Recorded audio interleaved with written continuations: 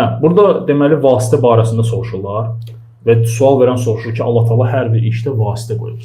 Allaha yaxınlaşmaq və s. Dünyavi işlərdə də vasitə ilə nəyisə yaxınlaşsın. Və deyir ki, onun əhl-i-beyti də duaların qəbul olunmasına bir vasitədir. Bu şirk deyil axı. Yaxud da bu şirkdirmi? Qısa bir şəkildə buna açıqlama verərsiniz.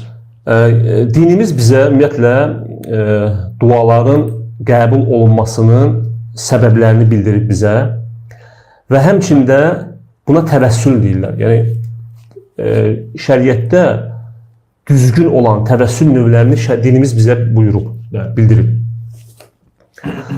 Və Allaha təvəssül etmək, düzgün, yəni bu vasitə təvəssül sözü yəni eyni deməkdir. Yəni təvəssül, yəni dua edərkən Allaha yaxınlaşmağın yolları, vasitələri. Bəli, Allah Taala vasitə edib, amma vasitəçi etməyib.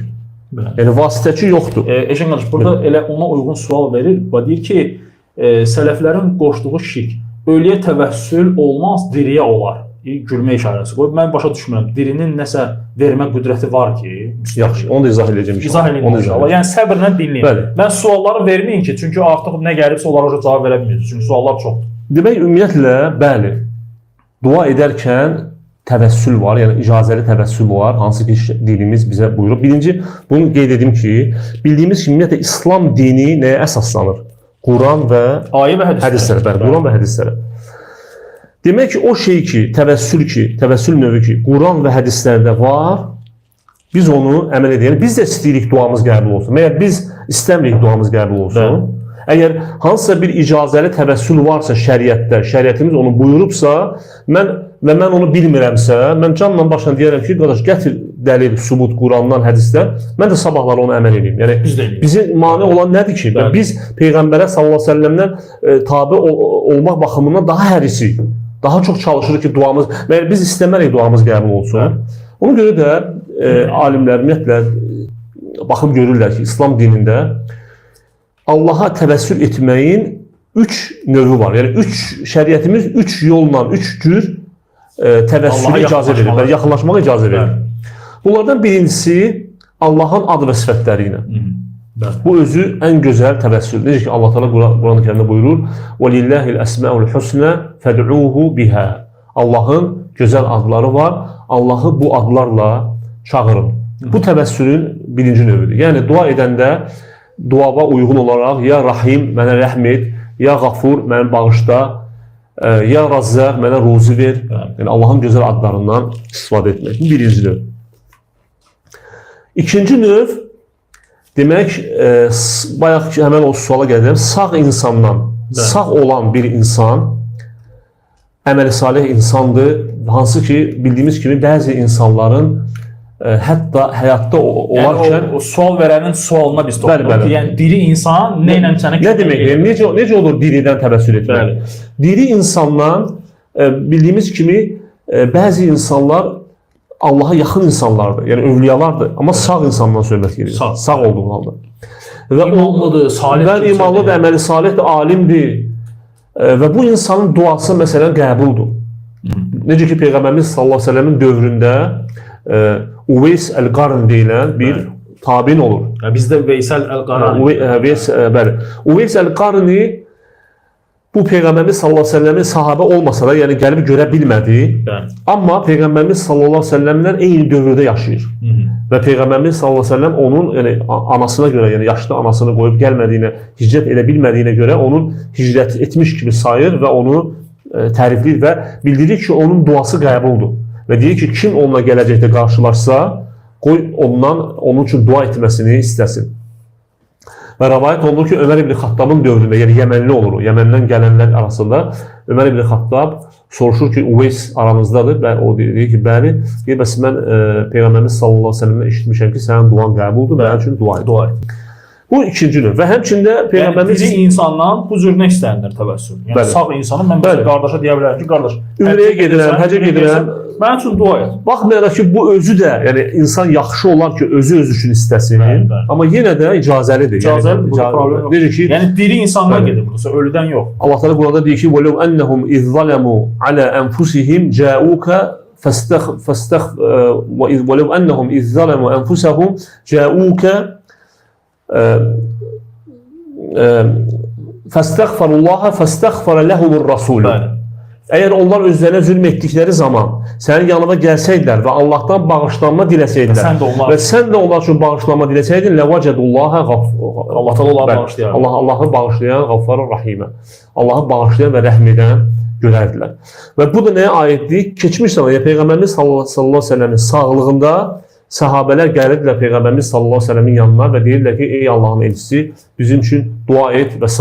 Necə ki, Korun hədisində kor kişi gəlir Peyğəmbərimiz sallallahu əleyhi və səlləmə xahiş edir ki, mənim üçün dua et, gözümü açsın və s.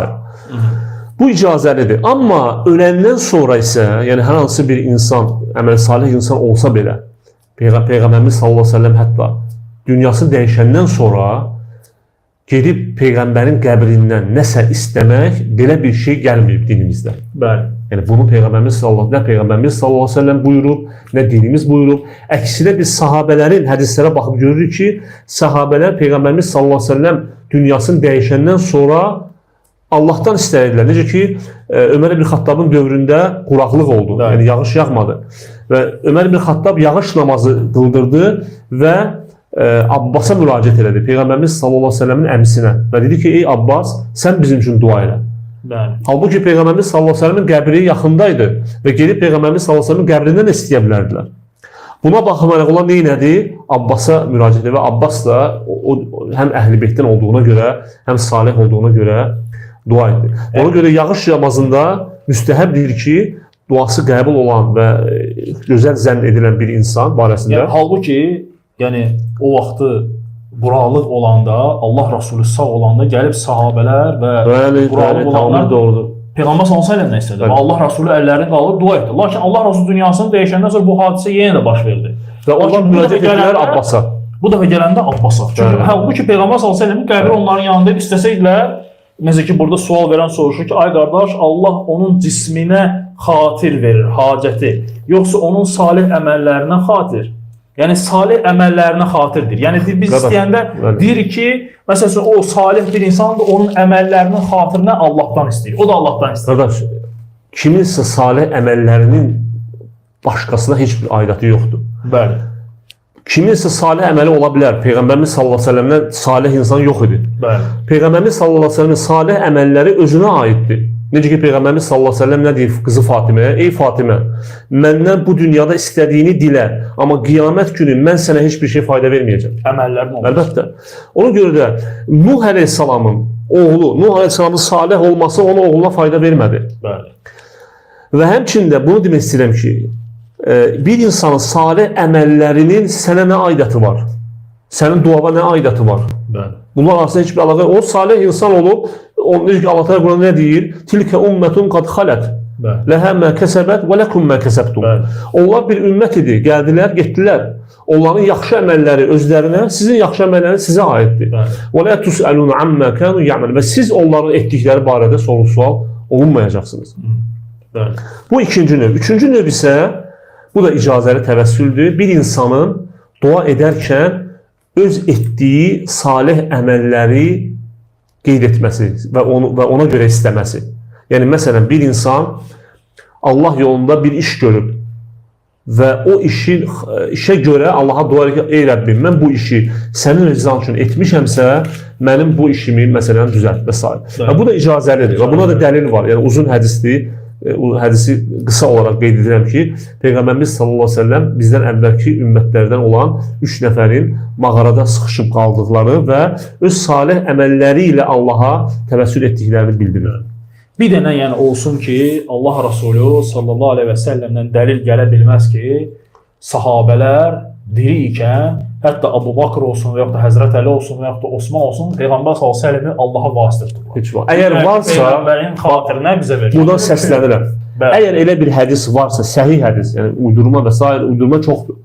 Səhih bir hədis, səhih mənbələrdə, yəni Əhl-i Sünnənin mötəbər saydığı mənbələrdən bir dənə hədis gətirsinlər, biz də əməl edək. Amma inandırım sizi ki, belə bir hədis yoxdur.